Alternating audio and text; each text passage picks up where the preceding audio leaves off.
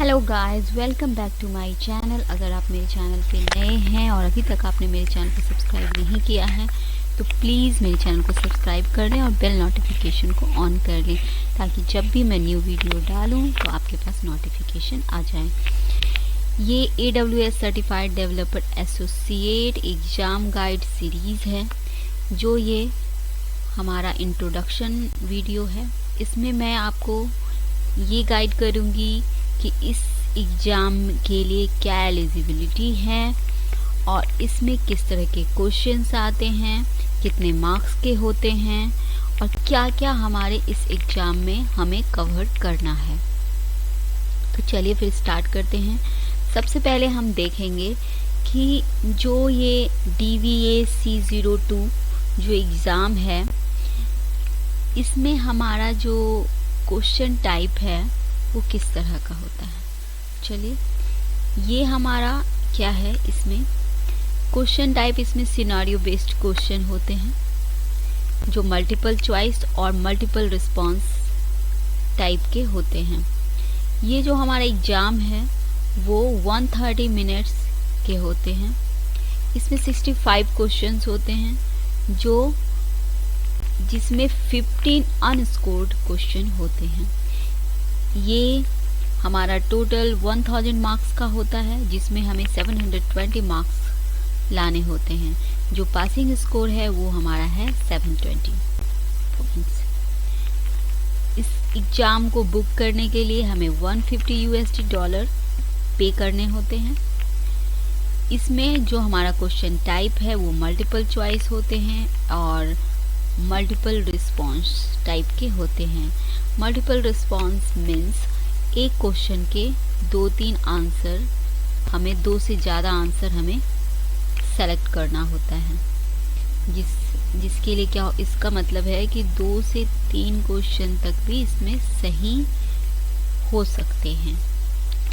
अब scenario based question means क्या होता है। सिनारियो बेस्ड मतलब आपको एक सिनारियो दिया जाएगा। जिस तरह हम किसी AWS में हम अपना AWS अकाउंट क्रिएट करते हैं, फिर उसमें अगर हमें कुछ प्रॉब्लम आ रही है या किसी भी तरह का हम डिप्लॉयमेंट करते हैं, उसमें कोई हमारी इशू है या किस तरह से हमें डिप्लॉयमेंट करना चाहिए, उसमें क्या है बहुत तरीके से हम कर सकते हैं। जिस तरह से प्रोग्रामिंग लैंग्वेज में हम कोई भी कोडिंग, अगर आपने जो भी इस वीडियो को देख रहे हैं ऑब्वियसली वो एक प्रोग्रामर होंगे। 100 में 99% लोग होंगे प्रोग्रामर। तो इसमें क्या होता है कि अगर आप तो इस चीज़ को आप अच्छे से समझ सकते होंगे कि हम प्रोग्रामिंग में एक काम को बहुत ही तरीके से कर सकते हैं। मल्टीपल वे में कर सकते हैं। डिपेंड क्या करता है, यहाँ पे एक ही काम को बहुत बार आपने देखा होगा कि किसी डेवलपर, किसी ने अगर लॉगिन पेज ही बनाया है तो उसमें क्या होगा, किसी का कोड डिफरेंट होगा, किसी का कोड डिफरेंट होगा। जो बेसिक होता है सेशन वगैरह वो आप सोच रहे होंगे वो डिफरेंट नहीं होते, लेकिन फिर भी उसी काम को किसी ने एक लाइन में ही लिखा है, किसी ने मल्टीपल लाइन्स में लिखा है या और भी कई तरह के। तो हर डेवलपर का अपना अपना तरीका होता है काम करने का, कोडिंग करने का। तो यहाँ पे वही है कि यहाँ पे आपको मल्टीपल, लेकिन क्या है, किसी ने अगर लॉगिन वो वर्क करे तो ऑब्वियसली कि सबने सही तरीका ही किया, लेकिन एक ऑप्टिमाइज्ड कोड होता है जो हमें फॉलो करना चाहिए। हमें कभी भी हम कोडिंग करते तो ऑप्टिमाइज होना चाहिए, कम से कम लाइन होनी चाहिए और उसमें एक्स्ट्रा बर्डन नहीं होना चाहिए। तो ये सब चीज़ मैटर करता है। तो इसी सेम लॉजिक को हम आगे भी यूज करेंगे कि अगर हम कोई भी सर्विसेज यूज़ कर रहे हैं तो किस काम के लिए कौन सा सर्विसेज ज़्यादा यूज़फुल रहेगा। हो सकता है उसमें मल्टीपल सर्विसेज एक ही काम को के लिए हमें करता हो, यूज हो सकता हो, लेकिन बेस्ट सर्विस कौन सी होगी। तो ये हमें जितना अच्छा समझ रहेगा हम उतना अच्छा आंसर सेलेक्ट कर पाएंगे। तो इसको ही सिनारियो बेस्ड क्वेश्चन कहते हैं और इसमें हमें जितना ज़्यादा हम प्रैक्टिकल करेंगे उतना ज़्यादा हमारा अंडरस्टैंडिंग क्लियर होगा। अब यहाँ पे क्या है कि अगर हम एग्ज़ाम में बैठते हैं और हम पास करते हैं तो जो वो क्वालिफ़िकेशन है वो 3 इयर्स तक ही वैलिड होगी। इसका रीज़न ये है 3 इयर्स के बाद उस सर्टिफिकेट का कोई वैल्यू नहीं रहेगा, आपको फिर से एग्ज़ाम में बैठना होगा। तो अब यहाँ पे क्या है कि ये 3 इयर्स पे क्यों देना होता है, तो ऑब्वियसली सिंपल सी बात है कि 3 इयर्स में हर चीज़ में चेंजेस होते हैं, अपडेट होती है, तो सर्विसेज में कुछ बदलाव आएंगे, कुछ मॉडिफिकेशन होगा। तो क्या होगा कि हमने तो पढ़ा है, हमारा बेसिक क्लियर है, लेकिन क्या है गैप हो गया है, कुछ अगर न्यू अपडेट्स आए होंगे तो उससे हमें नहीं पता है। तो इसलिए हम फिर से एग्ज़ाम में बैठते हैं और पढ़ाई करते हैं, फिर क्लियर करते हैं, तो उससे क्या होता है हमारा जो भी मॉडिफिकेशन हो वो अपडेट हो जाती है।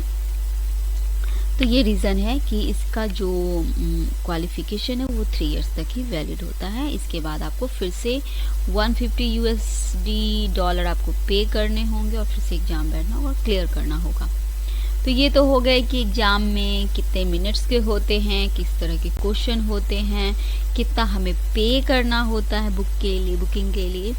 अब नेक्स्ट हम देखेंगे कि इसमें हमें ये जो हमारा है AWS certified developer associate DVA C02 ये कोड है एग्ज़ाम का, इसमें हमें क्या किस डोमेन से हमारे पेपर में क्वेश्चन आएंगे, किस डोमेन पे हमारा पकड़ होना चाहिए, ये हम देखेंगे। तो चलिए फिर इसमें क्या है, टोटल 4 डोमेन होंगे।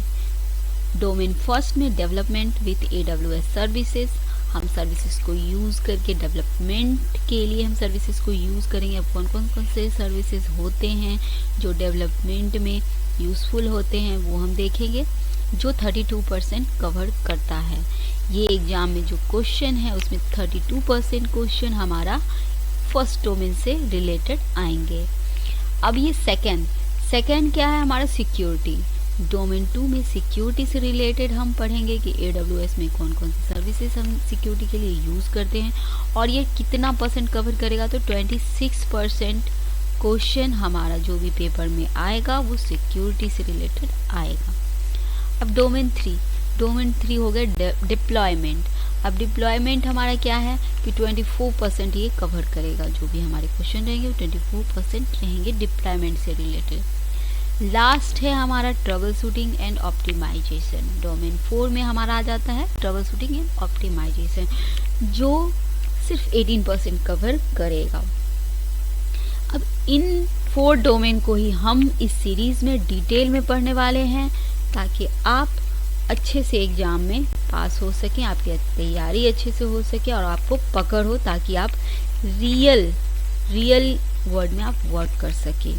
ठीक है, आप किसी ऑर्गेनाइजेशन पे वर्क कर सकें, जो इसके लिए भी ये काफ़ी हेल्पफुल होगा ये सीरीज़, और एग्ज़ाम क्रैक करने के लिए ये बिल्कुल ही परफेक्ट सीरीज़ है।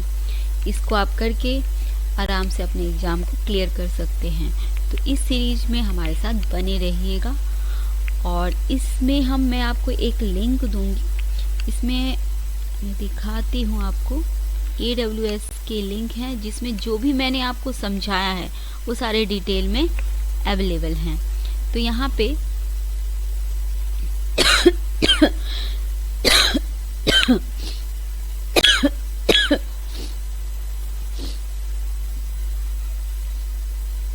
ये लिंक है, इसमें देखिए हमारा किस तरह का क्वेश्चन आएगा, किस तरह के टारगेट को ये टारगेट कैंडिडेट इसके कौन से हैं। टारगेट मेनली क्या होता है, जो एग्ज़ाम में बैठ सकते हैं, जो डिज़र्व करते हैं इस एग्ज़ाम को, वो उसे 1 ईयर एक्सपीरियंस होना चाहिए।